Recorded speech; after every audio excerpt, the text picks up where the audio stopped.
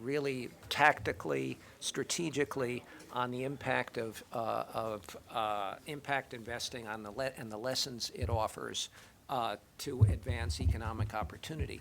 I think many of you have some familiarity with the Aspen Institute. We're a hard place to understand and explain. Even for those of us in it, sometimes we have a hard time, given the great scope of what we do, the breadth of policy issues we advance, the kinds of public convenings we do, the leadership activities we take. We were founded in 1949 in Aspen, Colorado. We've been headquartered most of our time since then here. And what brings all of what we do together, devotion to a couple of things. First of all, to leadership based on timeless values, and also to providing a venue for convening leaders around the critical issues of our day.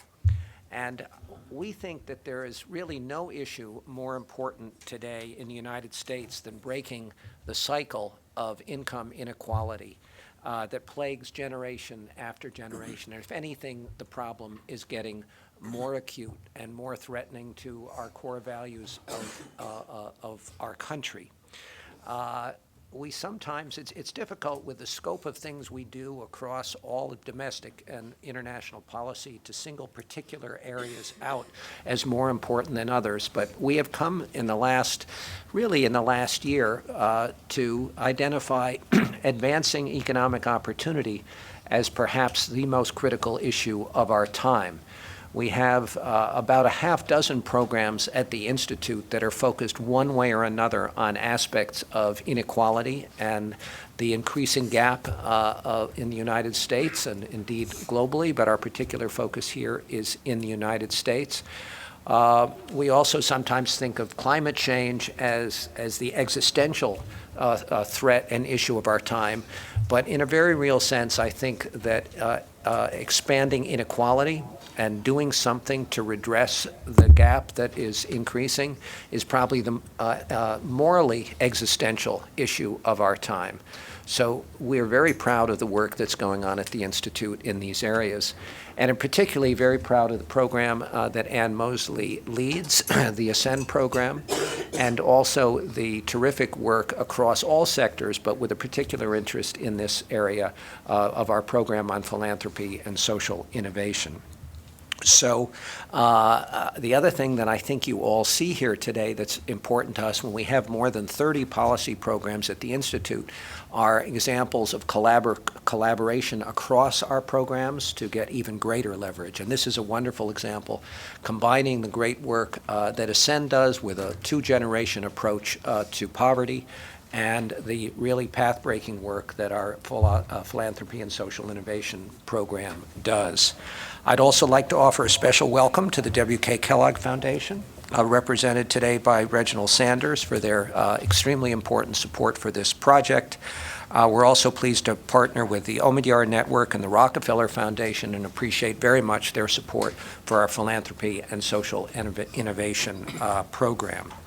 I would now like to turn our program over to Tracy Rutnick of our program on philanthropy and social innovation, and extend the very sincere regrets of Jane Wales, the Vice President of the Institute who runs that program, who couldn't be here today because of a family emergency that she's attending to. So we wish Jane very well and hope that she may be able to come later today. I don't know that she'll be able to.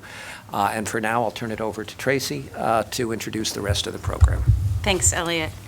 Good morning, everyone. Again, Jane sends her regrets. She very much wanted to be here today, but because of this family health emergency, she couldn't join us as planned. As Elliot mentioned, I'm the Deputy Director in the Program on Philanthropy and Social Innovation, and our program has housed the Impact Economy Initiative since 2010. That initiative is designed to explore and expand impact investing among new philanthropists, both here in the U.S. and in fast-growing economies in Asia, Africa, and Latin America. I want to acknowledge my colleague, Zach Wenner, who's probably somewhere in the room or standing outside since there are no seats left. He coordinates that effort. I also want to acknowledge our early funders, which were the Omidyar Network and Rockefeller Foundation. They really helped us launched the impact economy work under the leadership of Jonathan Greenblatt.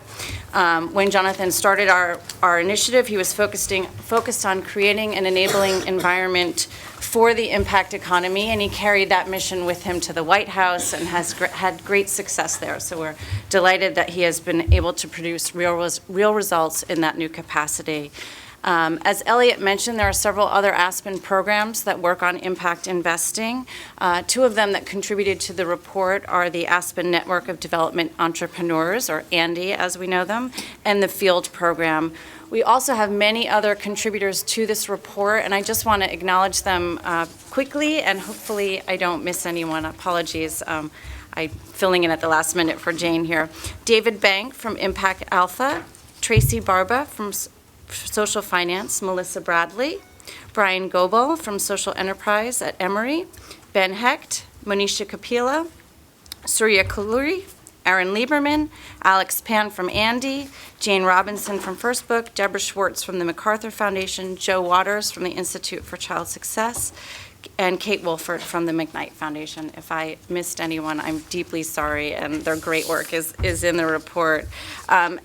This collaboration with Anne's program has been a real pleasure for us. We often work independently here at the Institute, and when we have opportunities for collaboration, it's really great. And as Elliot mentioned, the issue of income inequality is the most critical issue of our time.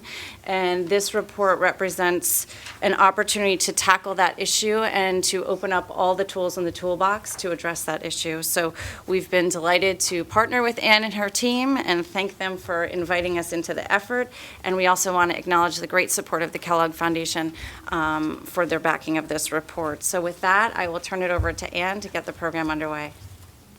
Thank you so much, Tracy, and thank you everybody for joining us this morning. It's a really exciting day for us. This has been a culmination of more than 18 months of hard work for many, by many. So those who know me for just a second will know that if I started doing thank yous, we'd be here all day doing thank yous and then telling stories. And then Reggie would go back and say, where was the investment? This report was really a joy for us to do because it was really led with both sort of an open mind and thinking about what are we learning from impact investing in service of really breaking the cycle of poverty here in the U.S. And so it started with a very clear point of view or sort of set of expectations where there's a lot of hype, a lot of excitement about impact investing, but our goal around this is really what are we learning in deals, in conversations, in investments that's both working and not working.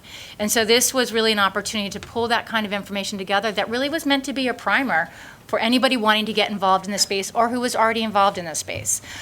So I'm going to talk a little bit about the report in a moment, but I first would like to introduce Reginald Sanders, who Elliot Gerson already introduced, but the Kellogg Foundation has been a long-time partner for many of us in this room. The Aspen Institute is very pleased and proud and honored to have the support and partnership of the Kellogg Foundation. Reggie is representing a fantastic investment team. When I think about the values of the Kellogg Foundation that started back in 1929 with Will Keith Kellogg that said, I, as a successful businessman, what I care about is the health, happiness, and well-being of children. And when I think about where we are as we're peaking into 2015 and all that the Kellogg Foundation has accomplished philanthropically, but is also really thinking about what will be their conversation and contributions, both have been and going forward around the investment side. I think it's a really wonderful thing for their leadership and their contributions. So Reggie, I know how busy it is in Battle Creek and how often you're on the road other places, so I thank you for making time for this policy and programmatic conversation in your life. So I'd like to turn it over to you. Hello, my name is Reggie Sanders, and I'm Director of Investments for the Kellogg Foundation. And we have about $8.5 billion in assets under management. About $3 billion is in a little over $3 billion is in a diversified portfolio. $5 billion in Kellogg stock, and the rest is in the foundation, separate foundation portfolio. I sit on the Mission-Driven Investing Committee, and the Mission-Driven Investing Program was started a little over 6 years ago with a pool of $100 million that was targeted towards having a double bottom line objective of having a social return in line with the mission of the foundation, as well as a financial return. And that's been the focus. And in this process, and one of the reasons why we supported this project is there's a third bottom line that's come up, which is a learning return. And when you look at implementing something such as a mission-driven investing program, where the Kellogg Foundation was when we did this, we were the first foundation to really dedicate a pool of endowment dollars to mission-driven investing, with both a social return in line with the mission of the foundation and an economic return. And with that, there's going to be a lot of learning. And you can have really 4 different ways in which we've tried to attack this, in terms of 1, just having the right mindset, 2, having the right talent in place, having the right experiences, and creating an environment in which those other 3 big dimensions play a bigger role in making sure that we achieve this objective. And we started out with the mindset of let's try to find a way in which we could use our dollars in a creative way. Our resources are scarce, but let's try to use our dollars in a creative way to further the mission of the foundation. And with that big picture goal, there's learnings that come from that in trying to achieve that goal. And from a talent perspective, you have to have the right talent and the right people in place. And that comes from the construction of the investment committee, also the people on the team as well, and the strengths of what the programmatic side of the foundation does well. From an experience perspective, that's key. We have to have a feedback mechanism in order to try to learn as we go along, because this is new. And so we're collecting these experiences and trying to make sure that we improve ourselves as we try to fulfill this goal longer term. And you have to create, the final piece is the environment, where we have to create an environment internally in which we are able to better increase the probability that we will achieve this goal. And in creating that environment, there has to be buy-in from the top, the CEO of the foundation. You have to have buy-in from the board, the investment committee of the mission-driven program, mission-driven investing program. You have to have buy-in from the programmatic side. You have to have buy-in from the investment team. And those are the things that we've considered in trying to be a leader in impact investing. Awesome. Thank you, Reggie. Thanks.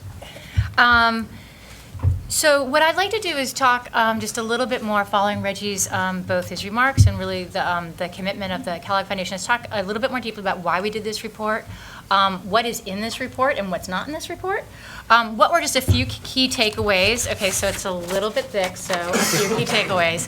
But then sort of set up the day, because or the morning, I should say, because we've really tried to have 2 panel discussions that animate some of what we think are some key themes that are in here. And then sort of a little bit about what might lie ahead. But for us on why we did this report, I said this a little bit earlier, but we're very cognizant, it's the 50-year anniversary on the war on poverty. Like, we've made some progress, but we really have not made the kind of progress we'd like to see. We have 32 million children living in low-income families and communities, and one of the highest concentrations of wealth inequality that we've seen. And so just how can we reverse this paradigm? Another piece that we felt was really important, and when Reggie talked about the mindset and the environment, I think this is even bigger for us as a country, in that the first time in the United States, across race, generation, and class, Americans don't think it's going to be better for the next generation. And so this is sort of like a fundamental wake-up call about how are we really investing in the right kind of solutions that can make a difference. I think when we did this report, and when you have a chance to read through it, Audrey Choi from Morgan Stanley animates this very well in her contribution. But this report builds on, and this movement of impact investing builds on shoulders from hundreds and hundreds, from so long ago. Everything from faith-based investing to, when I was going back and looking, I was recently visiting with Lilia Bundles, the great-great-granddaughter of Madam C.J. Walker, and thinking about some of the early African-American entrepreneurs back in the day, how they built those businesses and how they they did that work, they had the early principles and tenets of impact investing, to when we think about the socially responsible investment movement. And so I just want to really be sure to acknowledge that where we stand today, which is a pretty extraordinary place of opportunity, there has been great groundwork laid by many folks and institutions, be it Ford, also, I'll get in trouble trying to recognize folks, but many shoulders that we're building upon. Ultimately, when we look at any kind of investment, I think it comes down to risk and reward. And the reward for us in terms of this report was really about how are we building economic security, educational success, and health and well-being for all families here in the United States with an orientation towards low-income folks. And so as we think about the opportunity ahead, just lifting up Clara Miller from the F.B. Heron Foundation, couldn't be with us today, but she contributed a chapter in here called All In.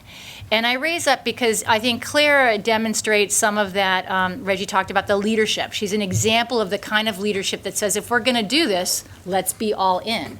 And so within her first her first conversations to become the president and CEO of the F.B. Heron Foundation, she said, I'm really only interested in this if we're going to put all of our assets towards impact investing, not just sort of program over here and impact investing over there.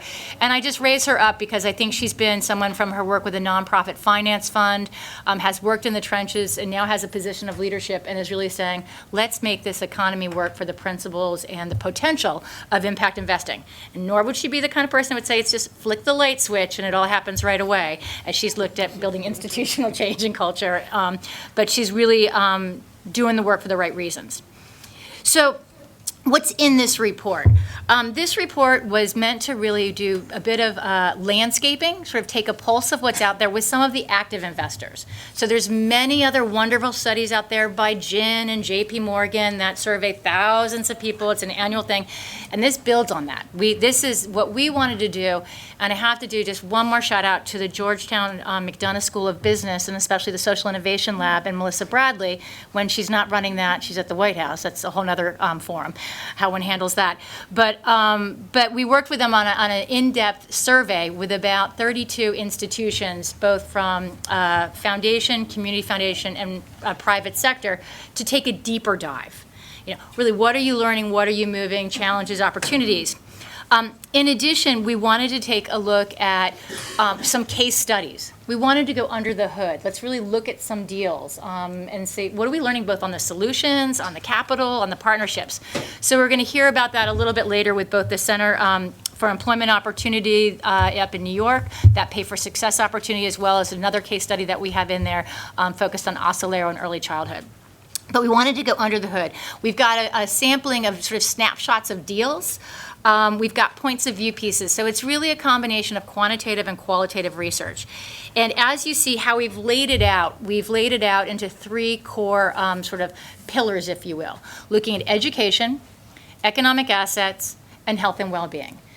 We wanted, if we're sort of saying this is about economic and social mobility in the United States, what are probably the three most powerful levers for any family to move forward? We all need those three key pieces. So when you look at those sections, what you're going to see, and again, this was meant to be sort of who is this for? This can be for active investors. This can be for folks thinking about getting into it, whether you're sitting at a financial institution, you're a trustee of a foundation, or you're actually a teacher in a teacher at a university, be it at graduate or undergraduate levels, where we're seeing a real sort of groundswell of interest in impact investing. But we wanted to both frame, here are some of the core issues, and then here are some of the core solutions. So when you look at education, basically we saw a lot of the area focused around early child up through 12th grade, and everything from thinking about how are we looking at the infrastructure of education, which is primarily a public financed activity, but then to thinking about sort of social innovation disruptions, like you'll see from First Book, which has got some wonderful sort of new models in that work. In the economic assets, you're going to see some work where highlight the work of our colleagues here at Aspen around microenterprise, lending and what does that take, looking at capital, employment, some of those opportunities, some of the work around the CDFIs. And then lastly, in health and well-being, really getting to the access, cost, and quality issues around health and well-being here in the U.S. Some of the models that we have here really look at the financing opportunities brought to us by the Affordable Care Act. The Kresge Foundation was not able to be with us today, but they've got a fantastic story in there about how they, under their new social investment and innovation work, they've been working with federally qualified healthcare centers, connecting them strategically and deeply with CDFIs in their communities. So it's both saying, let's look at financing, let's look at sort of infrastructure quality, and then bring a broader social determinants of health perspective to this work. So it's just a very new conversation for those CDFIs and those community healthcare centers coming together in a more financially fueled way. So that's a little bit of how we've constructed in here. So we also have, I have to say this, like an appendix that has all sorts of other tools, like a glossary. One of the key findings coming out of this is we both say we need definitions and metrics, and we both love them and we hate them. So, and some people said that in the same survey. We use them and love them, and we can't stand them. They don't make sense. But I say that just because we are trying to find coherence as this policy and investment strategy is scaling up. So I think there's still a lot of work to be done to make sure we have the right language as well as the right tools. So what were some of the takeaways that we found from the report? And again, we were looking for 3 guiding questions. Current level investment happening, and sort of specifically around education, economic security, and health and well-being. What were some of the tools, strategies, and models that can be distilled from early investments that could lead to some better results for families and children? And then how do we share some of these strategies with on-the-ground innovators, foundations, financial institutions, and policymakers? So there are about 7 takeaways that I'm going to see whether we can just hit very quickly, but all of this is in the report. A majority of the respondents do invest in areas that support low-income families and the families that need it most. And so there is, if you've ever looked at impact investing deals, and I think this comes up a lot in education, you can find some great education deals, a lot that are at the ready, but are they really meeting those kids that are most vulnerable? And so I think it's really that nearly 69% of the survey respondents invest in the target areas for low-income populations in education, health and well-being, and economic security was great. We are pleased to see among these active investors, and again, these were sort of new active, but the bulk had been in the game for about 10 years, or a little bit less, but that good deals do exist. 45% of the impact investors have reported having established financial and social returns that they do use and track.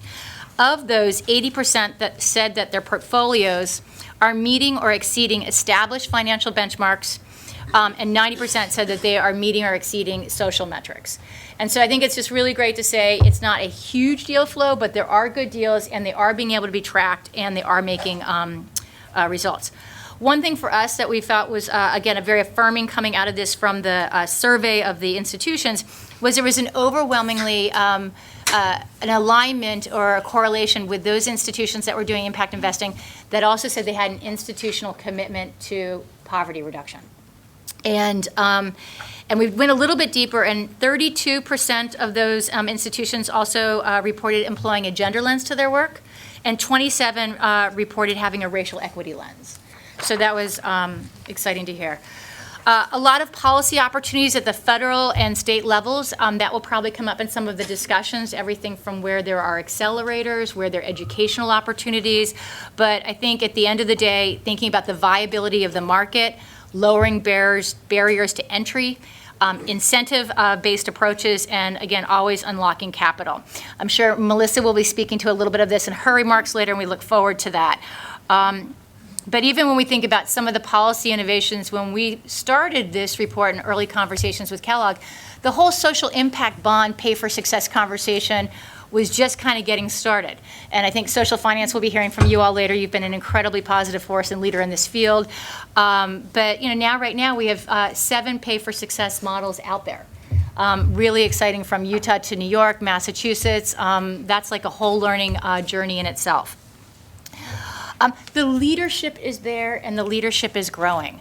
I think this is something, both when we look at the leadership that we had from the early days, when we look back to the shoulders, we asked folks, who do you look to for leadership? A lot of comments. The Ford Foundation was one. Calvert, I think, has been a great leader. But then there's also a new generation of philanthropists that are coming in, and also business leaders that are interested in how do they bring their business expertise along with their kind of passion. Kate will be speaking from McKnight about some of the experience she's had with her trustees that really sort of said, how are we thinking about impact investing? But it's also, we have two contributions in here, one from Echo and Green, another from Pro Inspire, that are also talking about the next generation of leaders that are coming up through the pipeline, and what are their visions and their values. Because I think it is important when we think about we're at this moment of opportunity, there's a lot of velocity of interest and deal flow and energy, and there's a chance to unlock a lot of capital. But who's at the table for these conversations is really important, and that we think about the lessons we've learned over time, that how stratified, who gets to be at the conversation, and how really low-income communities, diverse populations are at those conversations front and center, and that we're really intentional about that from the beginning.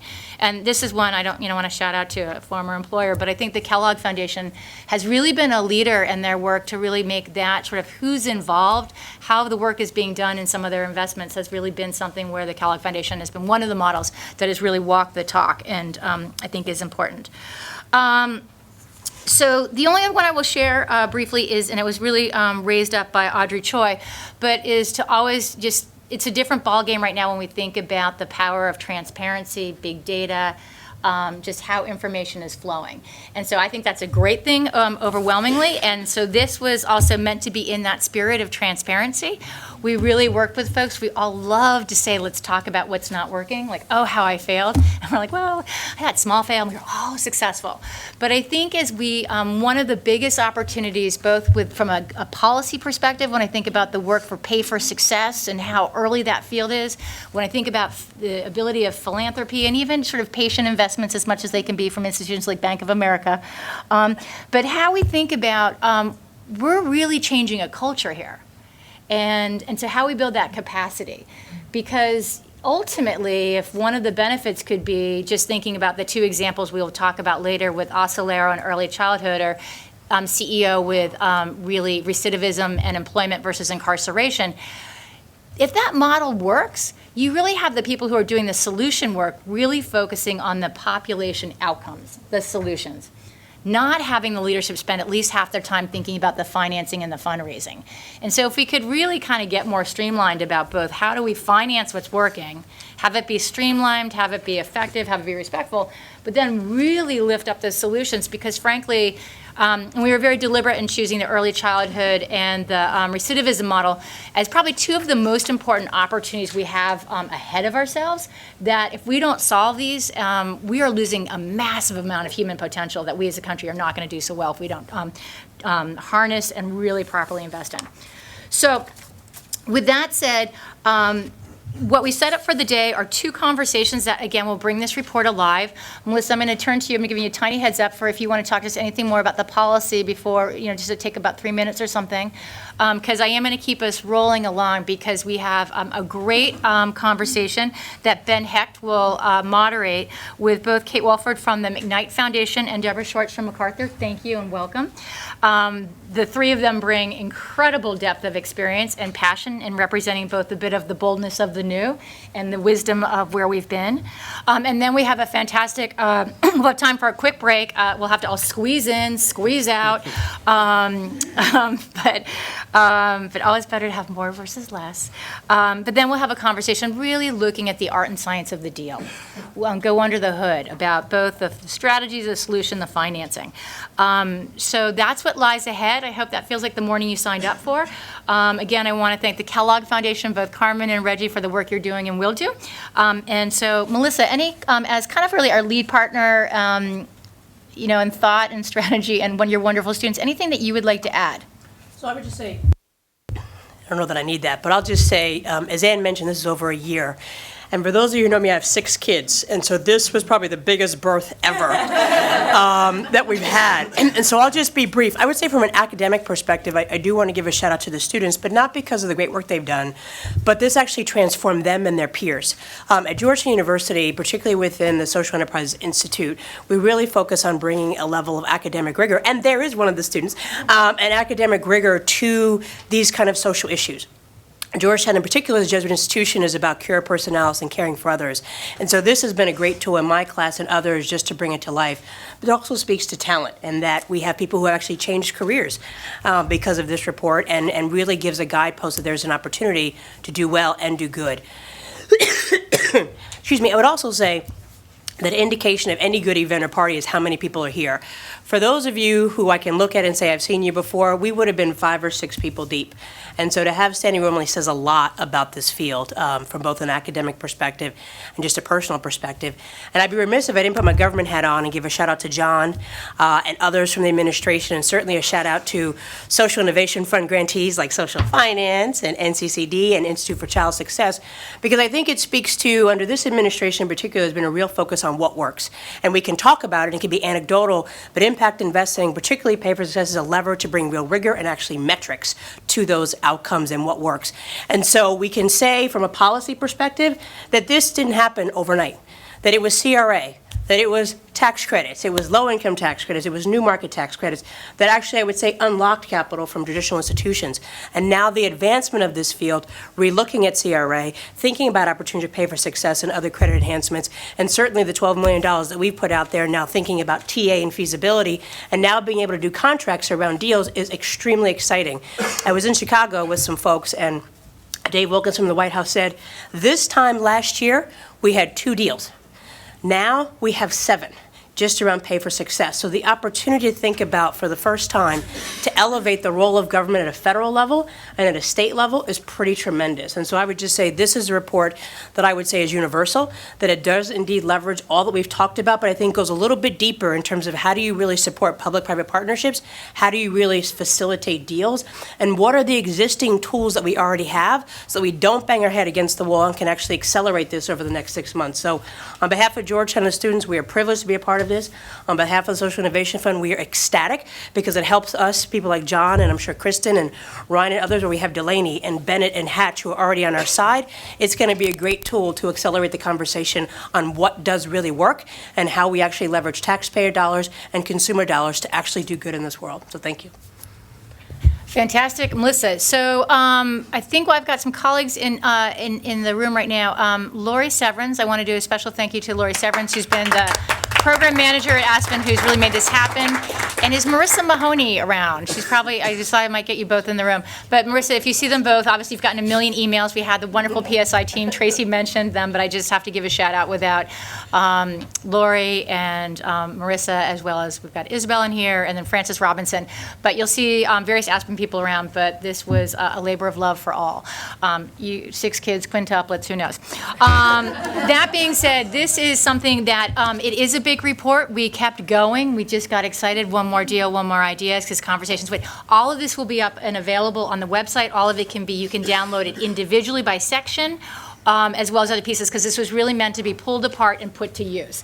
So with that said, pulled apart, put to use, what a better segue than to Ben Heck, CEO. I'm not sure how to read into that. As a proud It's all former true, but I'm not sure exactly how to read it. As I am a card-carrying member of the Ben Hecht Living Cities fan club, and so Ben's background in thinking about these issues of low-income communities, use of capital, making things happen, bringing peoples together, integrating is just phenomenal. And so I can think of nobody better to turn the car keys over to than to Ben. Super, thank you. Thanks for having us. We wanted to focus on pull out one issue over the next, I guess, almost hour, 45 minutes or so. And that is the role of philanthropy in kind of embarking on large-scale impact investing initiatives. And we're really fortunate to have these 2 folks here to talk about that. The MacArthur Foundation, much like Reggie said, has really been a pioneer, like Kellogg, in this work. And the pioneer within MacArthur is the woman immediately to my right, which is Deborah Schwartz. And so Deborah's going to talk about, hopefully, kind of we get a little bit of the arc of history, kind of how they started and then how it landed in one of their more recent initiatives, which is the Windows of Opportunity work, a large-scale effort on preserving affordable housing.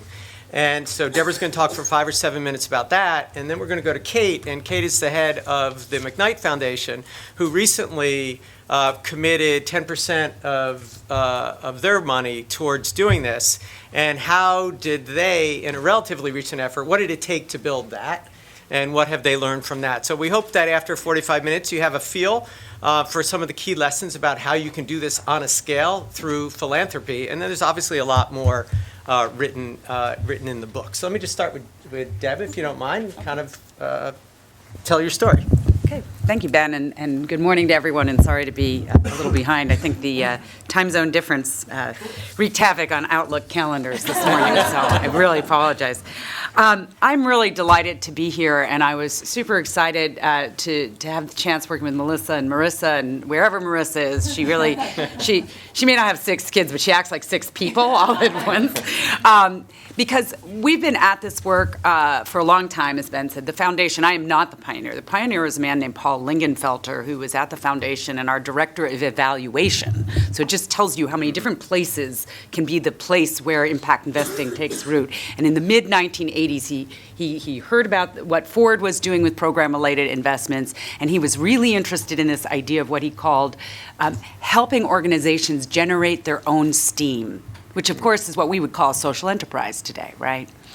And he was the one that got the foundation to start experimenting, $1 million for some new thing called enterprise, a new thing called local initiative support corporation, a new thing called self-help, which at the time was really excited because they might get to $10 million of assets. And if you know self-help today, they have $2 billion under management and are serving tens of thousands of people all over the country.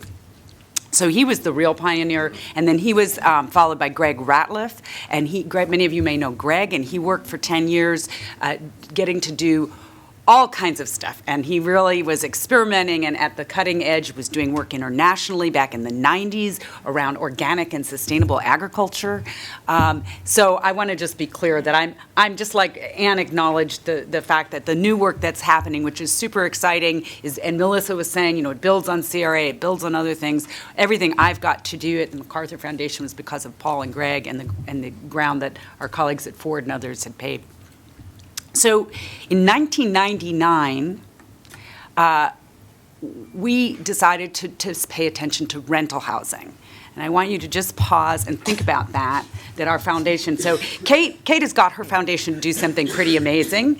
I think it's pretty amazing that MacArthur was willing in 1999 to say rental housing, because at that time, everyone in philanthropy and increasingly in government was really focused. It's hard to remember now because we've come out of the other side of the housing bubble, but people were obsessed with home ownership, and not for crazy reasons. We had folks in our CDFI portfolio who were really interested in asset building. People had understood that to get out of poverty, it's not enough just to think about income. You got to think about assets, and how do we build assets in the United States? We do that through home ownership. And there had been this history, right, of redlining and of not giving people access to mortgage credit. So it wasn't a bad thing that people were worried about home ownership, but what we became worried about is that had tipped already to this place that didn't make sense.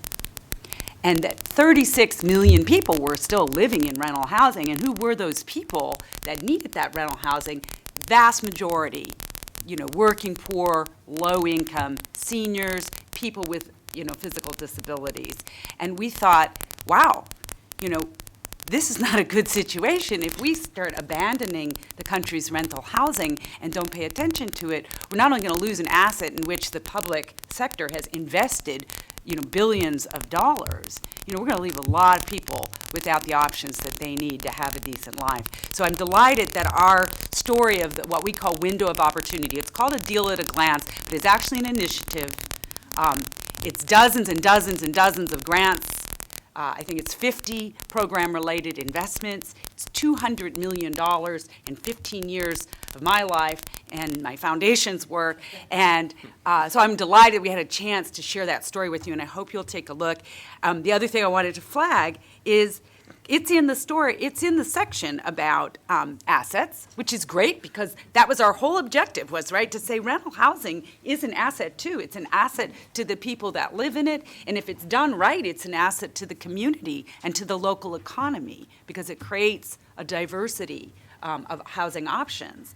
But I also think it is about health and well-being. So we'd like to straddle both sections. If we could be an honorary member of that. And Bill Kelly from Stewards of Affordable Housing is here. And one of the things that's been amazing to see is how things have taken root over the 15 years. And one of the things we realize is we have millions of low-income seniors living in affordable rental housing.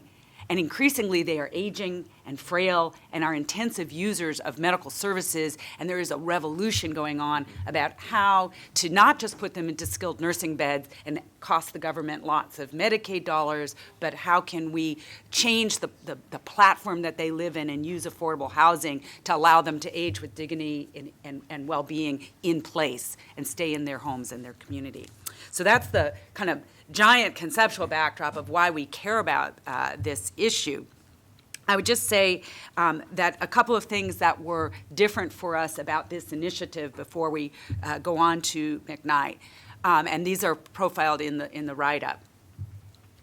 This was the first time for us that we didn't just sort of make an individual investment and kind of think of it as where is there a really innovative institution or individual or business model. You know, here's somebody doing micro enterprise in Latin America, post-conflict Latin America. Here's someone doing an agriculture finance scheme in Mexico. Here's someone trying to do small business in Appalachia. And that's, you know, much of what impact investing had to be in the 1990s, very opportunistic.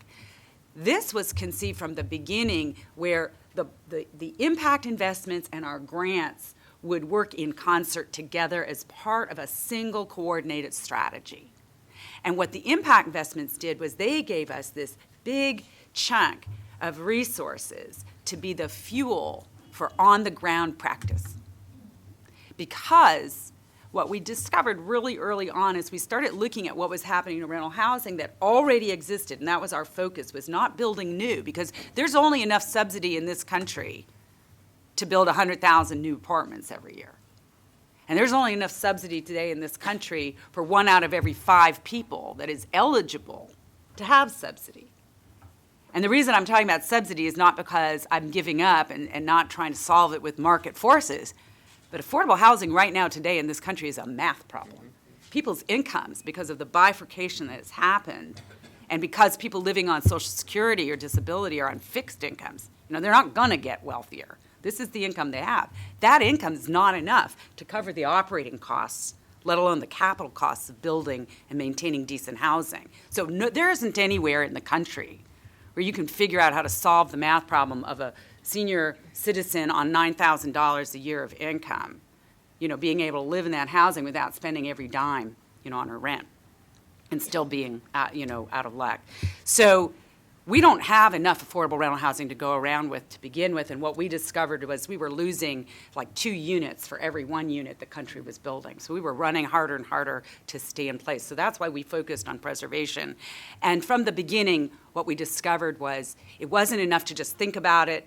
We love the work of places like Aspen Institute and white papers, and we funded a whole bunch of think tanks that have done great policy work, legal analysis, you know, Bill's organization, Block and Tackle in there with HUD and wrestling the regulations to make them better. But at the end of the day, the real change agents for us were a set of housing organizations that actually were on the ground buying and preserving and renovating and operating the actual buildings in which people lived. And it was through that work of doing those transactions, those preservation deals, that they were changing the game. Because it was only when they were actually working on a real project that they could get to the table with the regulator who had the rule that was making it impossible to, you know, use this piece of money and that piece of private money and this piece of philanthropic money. It was only at the deal table that they could solve the problems. You know, it had to go from the abstract to the real. So that is why we made this choice to put very substantial sums in the hands of 22 nonprofits that were operating at regional and national scale, because we thought we could do a couple of things. We could make the problem visible by the scale of their work. We could help them grow and they did indeed grow. We will have a survey completed next year, but we think that through our financing, more than 100,000 and possibly as much as 200,000. We've added a lot to our portfolio since the survey was last done, but we think 250,000 people more are being served by these developers than they were when we began. And about $6 billion of permanent capital has been brought into that housing stock by these organizations. But our goal was never just, we can't do enough, no matter how big those numbers sound. We can't do enough ourselves. They can't do enough themselves. This is not a problem that gets solved because everything new gets old. So this is about changing a system and making sure that there's always the tools to keep preserving what's wearing out. You know, real estate wears out. It needs your own house, my own house for sure, wears out. You know, you got to fix it. So what we really wanted was to help them have the opportunity to change the system, to change the rules of the game, to make the environment more friendly and conducive to preservation. And so a key thing that we did was focus on what we call enterprise-level financing, and that's described in the book. And what that led us to, and one of the lessons was, you have to really think hard about how you build strong organizations. It's not just enough to give them capital, but it's to really think about the data that they need, the talent that they need, the governance that they need. You got to be really holistic about it and not tie them up in knots. We did not give them project-level capital. That would have been less risky for us, but much less useful to them. So that was one thing. I would say the other is public-private. So we have done about 15 public-private funds through this initiative. The New York City Housing Acquisition Fund is probably the best known, but in this write-up, we profile something we did with Mass Mutual and 5 other banks. And we were really excited about this. We did a $20 million guarantee, and it brought in $240 million of capital, so a 1 to 10 plus ratio, which we were super excited about. We never had to put a single dime out the door, and it brought capital projects that were totally stuck. They would not happen. We actually really know this and are very proud of that. So the power of using impact investments strategically, being the but-for piece, that's not what is the only reason you can use impact investments. For us, that's what we really care about because we can take the risk and we like to do that. And then in 2007, we expanded the initiative and we began directly working with state and local government. And I think Ben will talk more about that in the integration initiative, but we realized that state and local government from the beginning, you know, would be a key set of players. But it was really clear by 2006-07 that they were the key players. You know, the federal government is important, but so much is happening at that local level. And so we did an RFP and we invited state and local governments and local partners like universities and nonprofits to apply directly to us for a combination of grant and impact investing dollars. And through that, we ended up funding 12 localities and states, and in one case, it was a county. And I think, that led us to further appreciate just that importance of using impact investing dollars to bring partners to the table. We worked with community foundations through that partnership. It's really been fantastic to see how it has been able to unfold. And I think the last thing I'll just close with is, and this is one of the lessons learned that I also flag for you, you really need to think about this as a grounds-up kind of innovation approach. I think it's really easy in the foundation world for us to sort of create our precious theory of change and to have our map of the world. And you need a logic model, right? Like if you don't know what you're doing, I think I'm going to make the world better and I'm going to throw some money here and here and here, you're not going to have any effect. So I'm not saying abandon critical thinking and logic.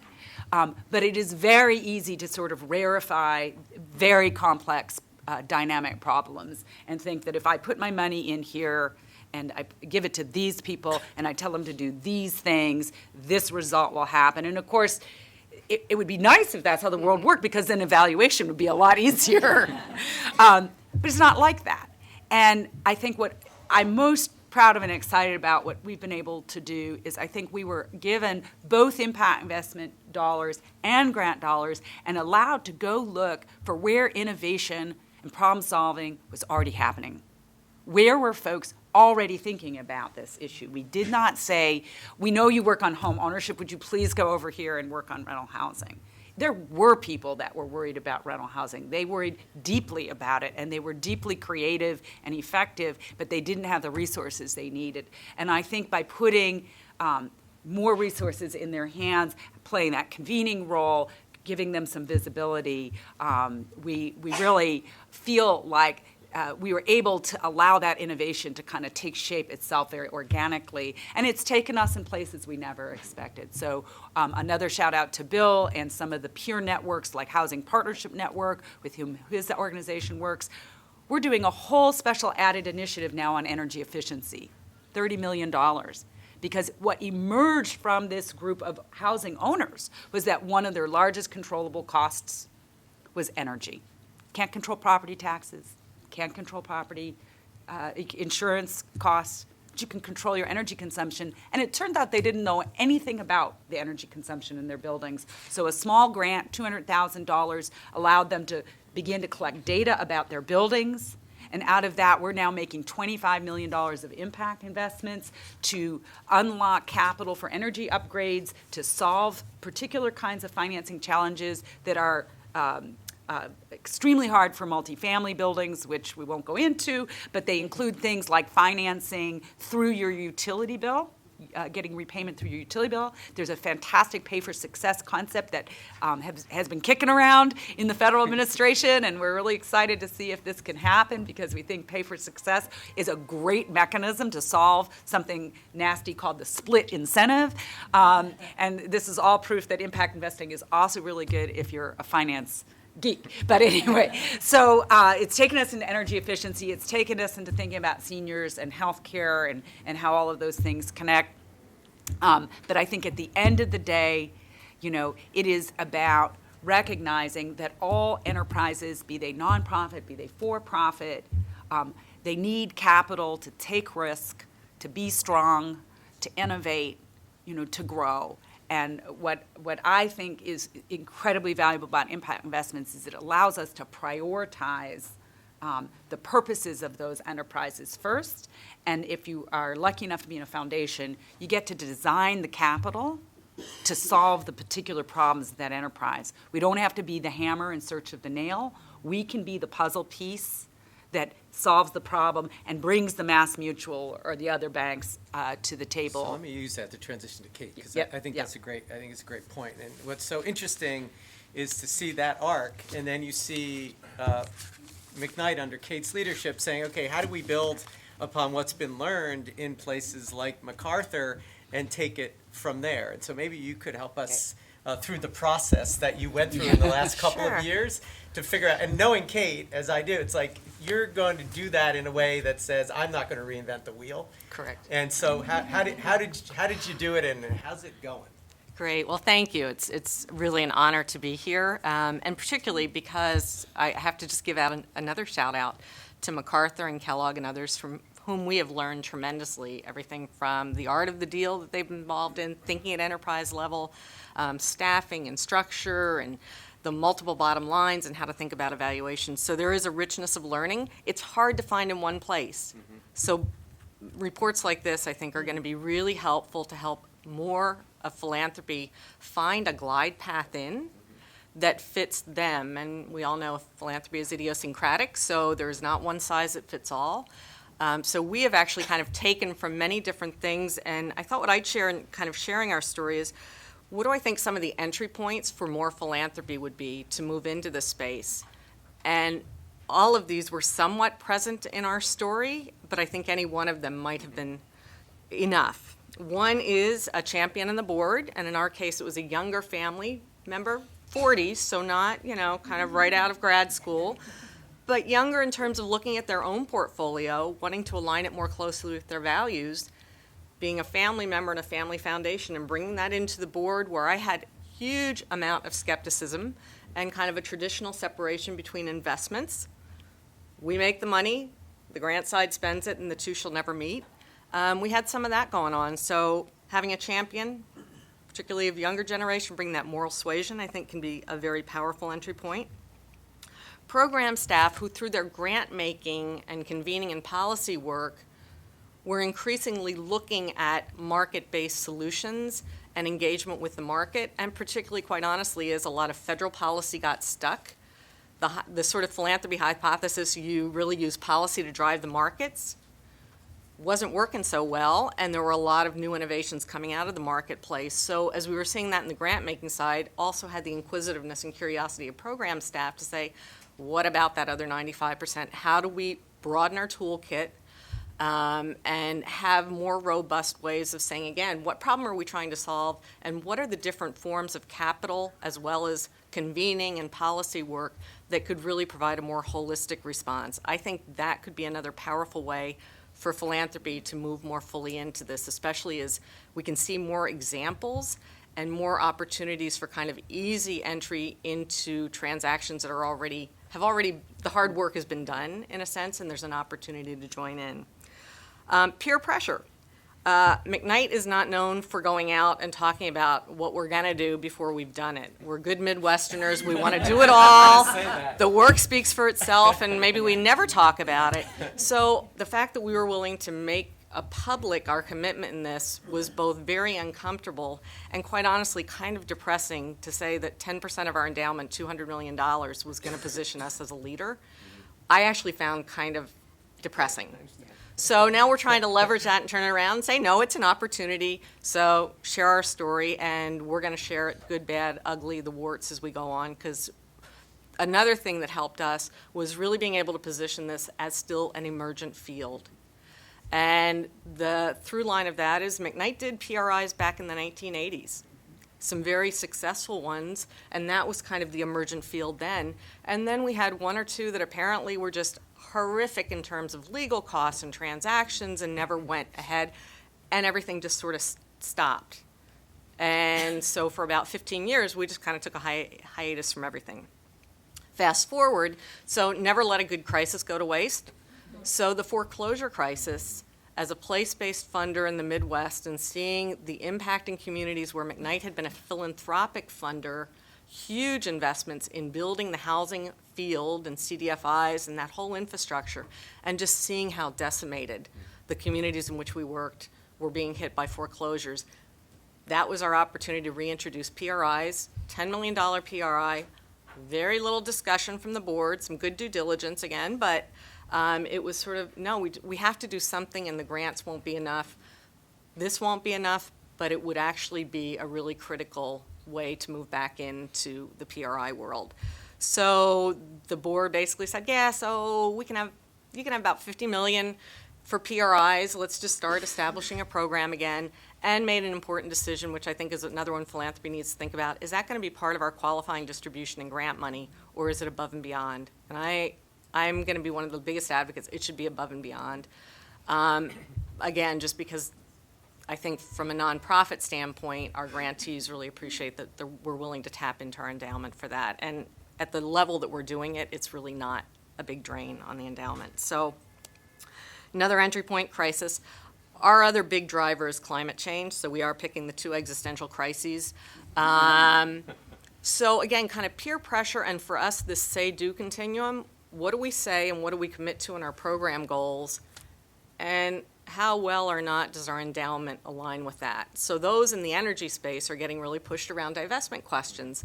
We have not chosen to fully divest at this point, but we said we better have a really good answer for why we aren't and what we're doing about it. So all to say, as all these things came to play, our board, especially by the board champion, said, let's take a year-long learning process. We don't know if we're ever going to do anything more or not. That learning process quickly became a design process. We had a really great, Imprint Capital was a great strategy consultant. Kellogg shared its experience working across a couple of prongs. And we ended up making decisions about, we'll look across asset classes.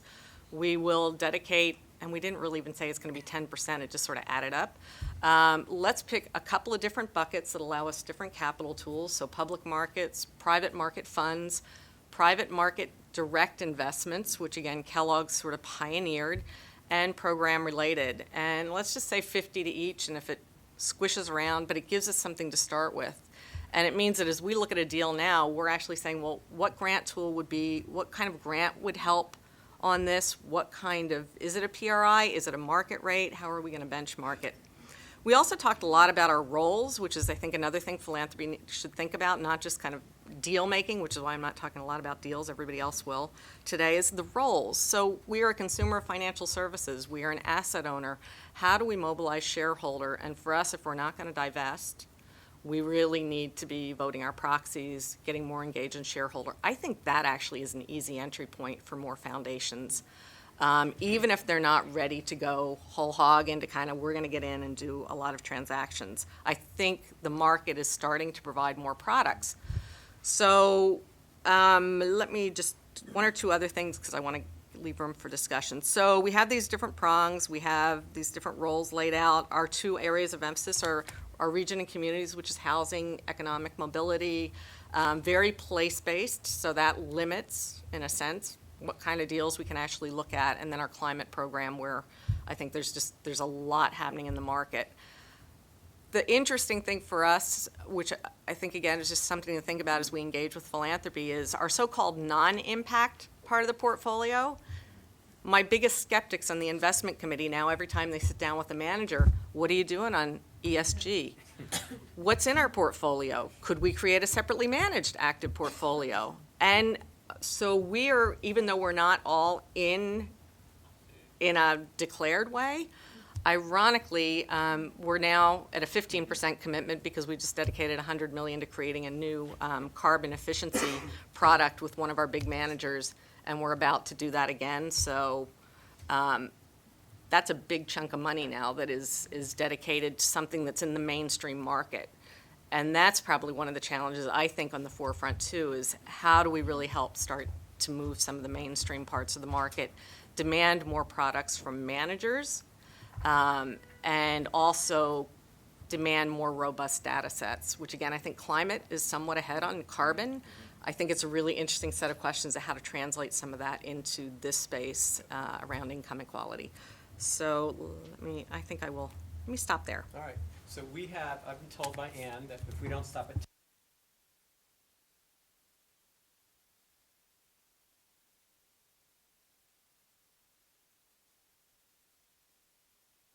I want to open up to see if folks wanted to ask questions of these two folks. Yeah, I'm happy to jump in with a question. Great, thank you. Surya Kaluri from Bank of America. I'd like to state a challenge and see from a foundation perspective how you might think about this. So, Melissa, you were mentioning that Dave at the regional summit said we had 2 deals last year, we had 7 deals this year. That's a challenge, right? That's not enough pipeline. I'd love to see 50, 100, right? So how do we get the pipeline going? So the question from a foundation perspective is, have you thought about what the challenge is, how much you play? Sometimes it's taking a first loss position. Sometimes it might be helping generate data. Sometimes it might be helping generate track records for service providers. So what has the discussion been at your table, at both of your tables, in terms of accelerating the pipeline? So I think each of us has something to say.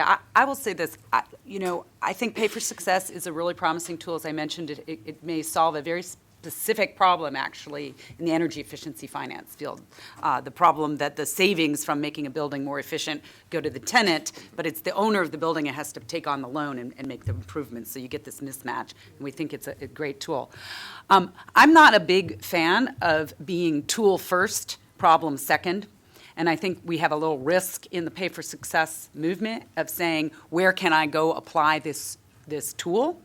And I think we have to be careful about that. So on the one hand, I think what's great is it's opening people's eyes to saying, how can we use this new tool to induce government to behave differently, smarter, more efficiently? And I'm all for that. But I think it's really important for philanthropy to be very conscious when it does that, because while that may make sense for some funders, others may say, no, I'm working on the issue of climate. I'm working on the issue of housing.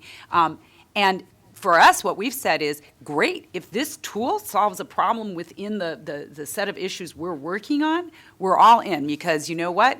We want to have all the tools on the table. We have the ability to make PRIs, we can make MRIs, we can make grants. So we want to use the right capital tool. We do guarantees, we've done linked deposits, we've done equity investments, we've done debt. So we want to have every tool at our disposal, because we don't know what the problem is that we're going to need to solve. I want to be careful about saying that we would, prioritize, though, one tool over another.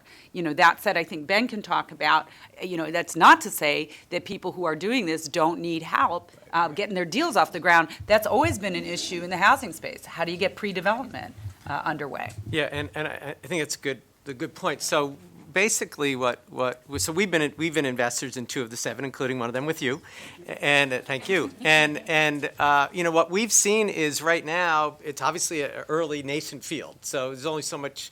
Everything is customized. It takes 2 years or more to put the deals together. But we're trying to look back. So many of us come from the housing world, and we're trying to say, how can we take lessons that we learned in 30 years of financing affordable housing and apply them, the ones that make sense, to this world? And so right now what we see is what we saw 40 years ago in housing, which was all the pre-development work on these deals is done through philanthropic grant money. That is not a scalable model. If you want to get thousands of deals, you can't expect that they're all going to be funded. And so Living Cities is 24 years old, and over those years we've put $450 million on the street for pre-development of affordable housing. And so as we've worked with social finance and third sector, what we're trying to figure out is, and we've built a early stage pre-development loan fund to be able to use on some early, right now, to see, can we really apply some of those same principles? Because what we have to do is get the scale, and understand what the risks are. I mean, the challenges about Pay for Success is ultimately the money has to be repaid by government. Very risky, 4-year terms, all kinds of, despite they promise to pay, government cannot decide at the last minute not to pay. So, you have to figure out what are those risks and how do you manage for them. But it was true in affordable housing, too. You're taking a lot of leaps of faith. So we're looking to try to figure out, can we use some of those same tools to build the pipeline? Reggie, did you want to add anything? Yes, for us at the Kellogg Foundation, deal flow hasn't been an issue at all. The pipeline hasn't been an issue at all. Primarily because our communications department does do a good job of keeping our name out there, so we get a lot of deals just from the visibility we have with our mission-driven investing program. But also we have a third-party advisor in Imprint Capital that helps in sourcing and scanning as well. In addition, we get deal flow from the grant-making side and the investment side.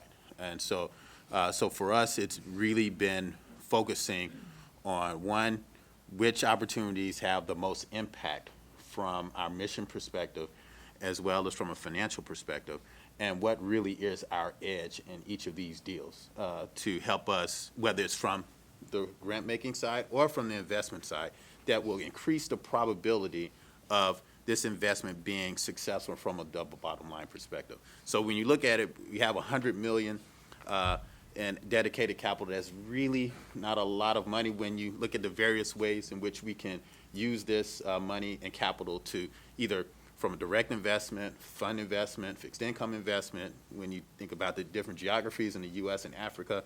So for us, it's really been focusing on what our non-negotiables are and making sure that we have a high bar for that capital that we're putting to work. Another question? I'm Ali Dod Mafinez. I'm with the West Asia Council, and I'd like to pick up on something Mr. Sanders said, and that's this whole notion that resources and capital are scarce, especially for social entrepreneurs, social innovators. Often the dominant assumption is that capital is scarce, and yet since 2008, the stock market has done very well. And the question is, why is there this perception then that capital is scarce? Thank you.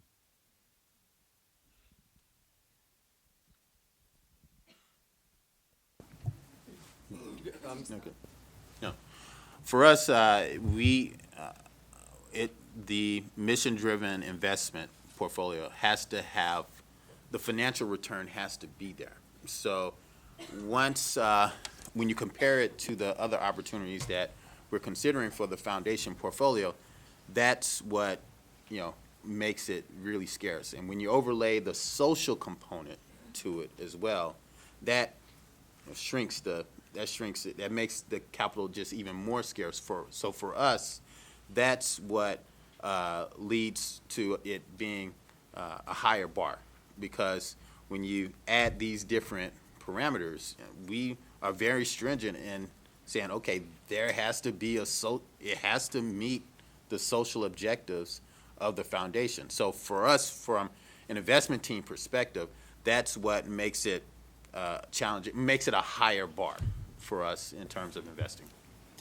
I would just add that, when we're talking about social entrepreneurs, especially people working base of the pyramid markets or folks that are really breaking new ground, and I'm seeing Chris here from Village Capital, and you're working with entrepreneurs, and Acumen, and Equine Green, and all of the others that are, Ashoka, Skoll, that are funding people that are really at this forefront of trying to figure out how to use business practice to solve social problems.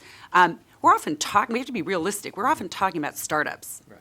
And we're talking about startups that have all the risks and difficulties of startups, but they're layered on top of the challenges of really having very serious mission purpose and really being, quite innovative, quite pioneering, working in the toughest markets that may not have legal contexts, regulatory contexts that are conducive, to business investing. So, I think we have to be realistic. These are incredibly illiquid investments. These are often angel type, what we would think of as angel or seed. And that is not capital that, even despite what the public equities market might be doing, right? Angel and seed money is its own special kind of capital. These are not investments where Kleiner Perkins can just jump in, because they're not great big liquid companies that are going to have, and they're not going to have necessarily the IPO, as the exit to give the venture capitalists the multiple that they might look for. And I think we have to be really careful. Kresge's Kimberly Cornett, who cannot be here, has this great phrase that I want to just remind us about. She says, we have to be careful about unicorns, okay? And I think one example in which Kellogg is invested directly, and we're invested indirectly through a venture fund, is Revolution Foods. And that's a fantastic poster child company, right? Because it brings together solving childhood obesity, business practices. It's spreading like crazy. It's run brilliantly by these two former business school students. And, and maybe Rev Foods will get to an IPO one day, but maybe not. And the goal of Revolution Foods is not to make shareholders necessarily wealthy. Their goal is actually to solve this childhood obesity and education problem, but they're recognizing that to do that at scale, they need to make money. So there's this tension, and we've seen lots of social entrepreneurs that do a great job, but they don't have the financial profile for a traditional VC, or stock market investor. And I think Ann raised the question about having a glossary in the back. I mean, there's a lot of misunderstanding about terms in all of this stuff. I mean, basically, I think you're talking about grants. Yeah. And grants are really not an investment, right? I mean, and philanthropy uses the word investment broadly. Investments are where you expect the money back with a return in most normal nomenclature, but not philanthropy. And so. It's not just philanthropy. No, but it's just, we're in it too. I got 22 of them on my board. But the point is that there's a continuum, and even in impact investing, people think, impact investing means you're getting your money back and you're giving nothing on the return side. And that is probably true for some things, but I actually think it's a continuum, and there's a whole from grants to 1% back, 2% back to 28% back or whatever, and you have to really be very clear about what you're talking about in that continuum, because it's not at all the same. Ben, this is Jane. This is Jane Robinson. We're glad you're here, though. Hello. Oh, right. I'm here. Jane Robinson from First Book, and I think this raises up precisely the hole in the donut that we've found. We've had the First Book Marketplace is a market-driven social enterprise. We've had an average of 34% growth over the last 6 years. We launched in 2008. We are basically aggregating what I'll use the phrase the basic pyramid in the U.S., and it's grown to 150,000 It's characterized as an education system, but it's really not. It's economic well-being. It directly affects income inequality and so on. I won't go into the whole model, but I'd like to invent a new phrase here. You're hearing it here. Ecosystem-related investment. Because what we find is we got a CDFI loan. It helped us. It was 2008. It was the term was 8% or something like that. We used it, we grew. We've now got a proven model, market-driven, tremendous success rate, but if we don't have a climate focus or an energy focus or a housing focus, people don't understand, or we don't make the argument properly, that there's a systemic solution we're bringing to the entire ecosystem of the base of pyramid, and we need capital. We need not 50,000, we need not 1 million, and we don't need 25 million holding hands with the government. What we need is 5 million. Yeah. And we've got a tremendous track record. We're business people. We know we're going to give an ROI and an SROI. So I'm seeing out there in the landscape a gap. Yes. And would love for everyone to start using ERI and would love. I mean, it's just a pleasure to see how much has evolved in the landscape. But would love to have conversations with people about that gap. I would just say to that is that part of the challenge here also is there is no marketplace for doing this. Yes. And that's really the problem. No one can find you. That's right. You know, so if they find you, you're just lucky. It's serendipity. Well, I'm just going to have business cards printed out. Yeah, well, even that's probably a little too retail for what you want. And so I think that's part of the, someone talked earlier about the early stage of this whole thing, and we're only this far because of people over the 30-year history, but we're still, if you think about the bell curve, we're at the long tail of the early stage, and there's no marketplace. The marketplace right now is John Goldstein. Right? And so that's not really a marketplace. And he's fantastic, but even he will say there's too much work for one organization to do. But if a set of people started setting up 1 or 2 or 3% of their funds, that might be cool.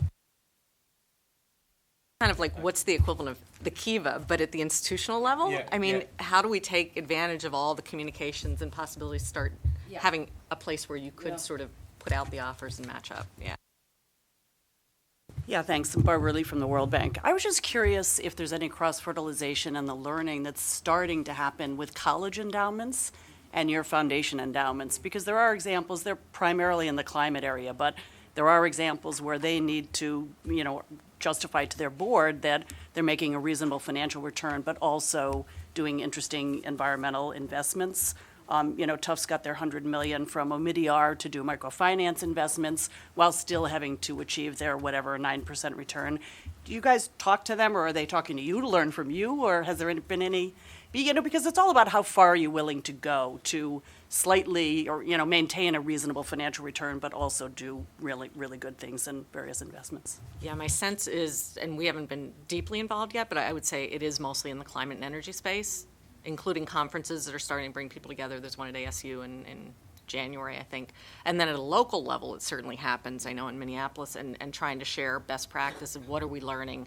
I would say, even though we say foundations move slow, I think college endowments by and large, although the pressure from the students is helping, they're moving even more slowly by and large. And even the commitments they're making, quite honestly, like Stanford with the coal, it was kind of like us saying no coal. It's almost a no-brainer at this point. But I think the pace is starting to pick up, and it would be interesting to try and translate it to other areas, especially where there's anchor institutions like EDS that are doing more around kind of local economic development of a way to leverage that. But I'm not aware of forums that are doing that. And I would just say we have $300 million that is set aside for impact investments, and while we get calls from foundations, we get calls increasingly, and to Jane's last point, we get calls from wealth managers, asset managers who are thinking about going into the impact investing space, asking us to be helpful. I can't say that I've ever, in 20 years, had a call from a university to think about that particular kind of vehicle. So on behalf of the universities, though, I would just dare say they're thinking about it. So since I teach this class, just last week we had a list of 20 colleges that are doing this. But I would say that there's two nuances. One is that a majority have started in this vein of energy and climate change. And the other one is I'm using different processes. So at Georgetown, I'm proud to say that we have already done the climate thing, but that's because we're Jesuits and we would. But we've also done different allocations. So of the universities I put it, many of them have allocated portions to other managers who unfortunately have needed some training. So some of them have done specific managers who sit in this space, probably more so in the vein of economic development, because they're anchor institutions in their communities and can think about supply chain relationships. And a substantial amount have also allocated money to students with the sole purpose of doing both social as well as financial return.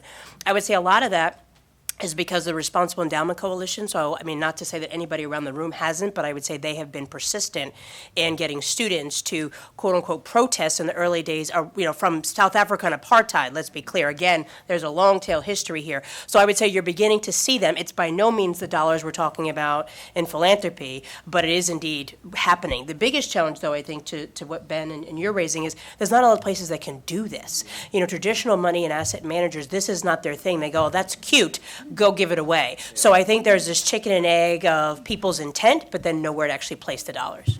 For us, it's really our conversations with endowments have primarily been on the climate change area, but we have had instances where investments in the mission-driven investment portfolio, fund investments, have also been invested in by other endowments because the financial part of the objective as well as the social part of it have been so compelling that it just overrides any social criteria that may be with that particular fund. So let me hear your question.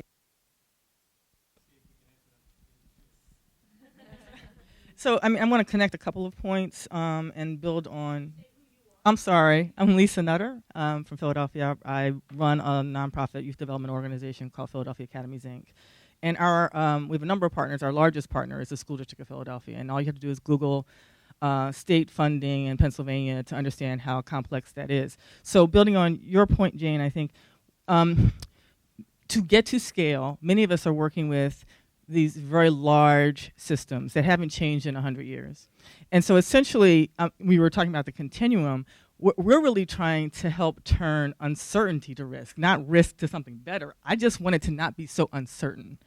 And we actually need this kind of capital as leverage with the system. And I'm wondering if there are any lessons that have been learned so far where we've seen organizations, funders, and investors really use this capital to help provide that kind of leverage.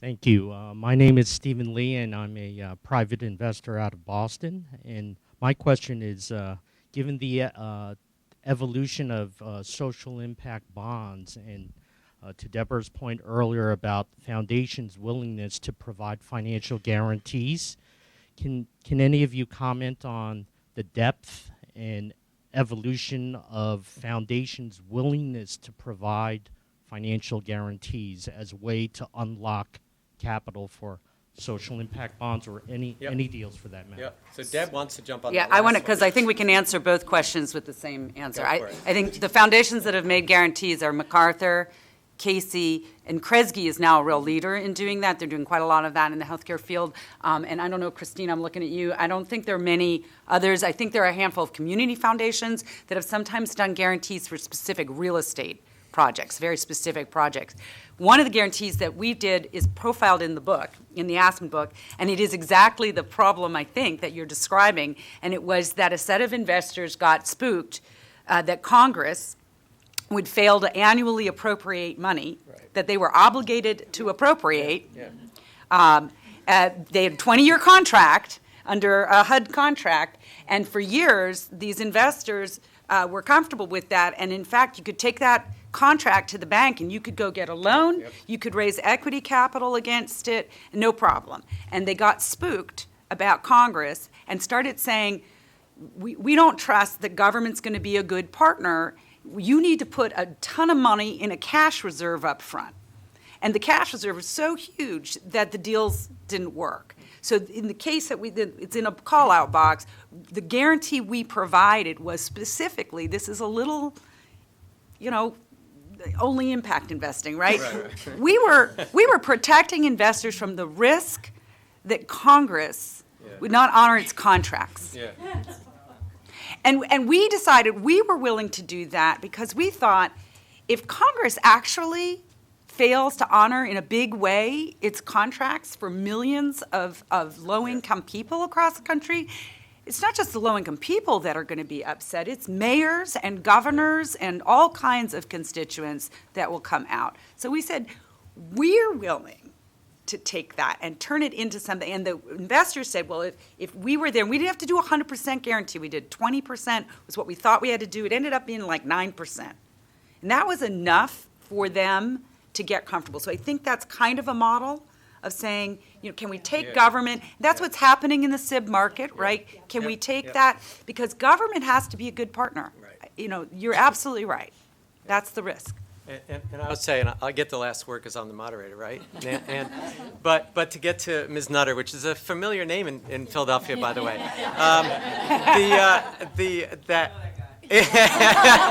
who is one of the nation's best mayors, I will say.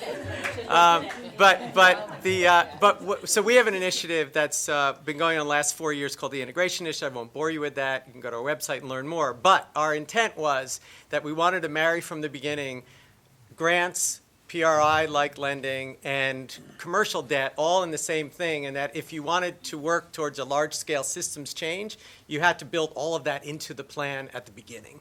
And so it was really that you're not going to solve these problems without all of them. There's a recently released 3-year evaluation looking back on that work that talks a lot about the role of capital in that. I give it back to you, Ann. Great. Fantastic discussion. So you all have 10 minutes to squeeze out and squeeze back in. The next panel session is going to be awesome. We're really going to go into the deals and the issues, so come right back. And if for any reason anybody's leaving and you have a seat at the table, let us know. And if you're not back on time, you might not have a seat at the table.